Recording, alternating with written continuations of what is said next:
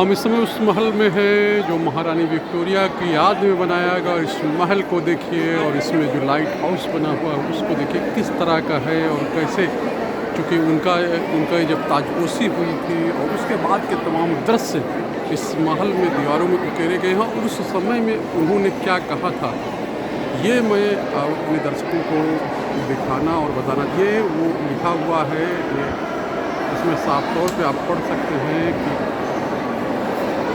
महारानी विक्टोरिया की घोषणा इलाहाबाद 1 नवंबर 1858। हिंदुस्तान के राजा महाराजाओं का अधिकार और मान और मर्यादा हम अपनी ही जैसा समझेंगे और हमारी यही आकांक्षा है कि भारतीय राजा महाराजा और हमारी वहाँ की प्रजा उस सुख समृद्धि और सामाजिक उन्नति को प्राप्त करे जो केवल देश में शांति और सुशासन के रहने से प्रतिष्ठित हो सकते।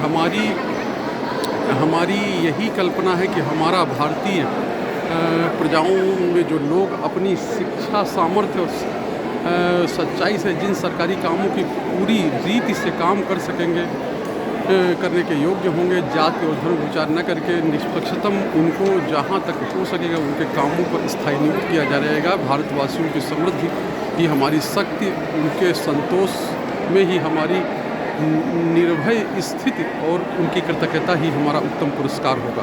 ये महारानी ने घोषणा की थी जब उनको यहाँ का एक तरह से कहा जाए और जो महारानी नियुक्त किया गया था। और उसके बाद भारत साम्राज्य की दिल्ली दरबार यानी कि 1877 की ये बात है। दिल्ली तो एक तारीख है 1 जनवरी, और 1 जनवरी को जब वो भारत साम्राज्य के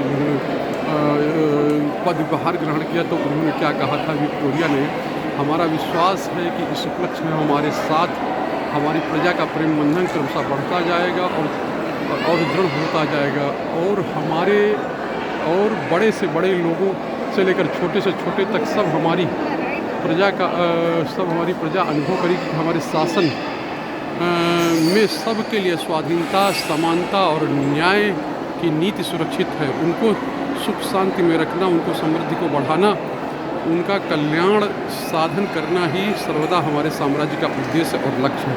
तो ये कहना कि क्योंकि यहाँ पर तो भारत को उन्होंने गुलाम बना दिया था, लेकिन वो कह रही थी कि हम स्वायत्तता देंगे, हम उनको तमाम तरह के जो अधिकार हैं वो देंगे। तो ये कह सकते हैं एक छलावा ही है। लेकिन उस एक बात और नौकरियों की बात अभी भी होती है, नौकरियों की बात तब भी हो रही थी कि हम अस्थायी रूप से नियुक्त करेंगे।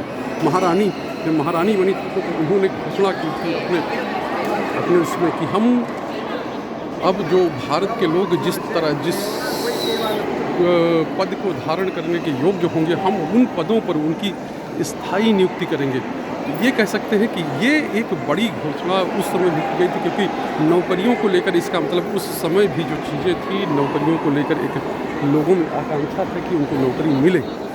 और यही वजह है कि उस समय जब उन्होंने भारत की बागडोर संभाली, भारत की सत्ता को संभाला, और तभी भी उन्होंने नौकरी देने की घोषणा की। और सोचिए उनकी याद में ही ये विक्टोरिया मेमोरियल यहाँ पर जो है वो बनाया गया है।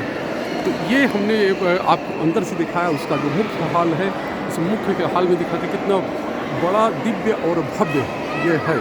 यहाँ पर अगर आप आते हैं कलकत्ता में तो यहाँ पर आने का आपको 30 रुपये यानी कि 30 रुपये इसका शुल्क है। ये शुल्क आपको चुकाना पड़ेगा और उसके बाद ही आप इसके अंदर आ सकते हैं अगर भारतीय हैं तब।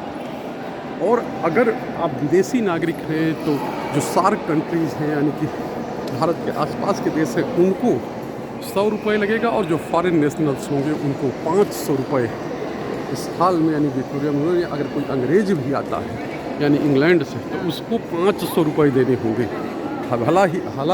भले ही ये उनके यहाँ शासन करने वाली आज भी जिनका शासन चलता है इंग्लैंड में, उनकी महारानी की याद में बना हो, लेकिन वो भी आएंगे तो उनको 500 रुपये का शुल्क यानी 500 रुपये का प्रवेश फीस यहाँ पर देना होगा।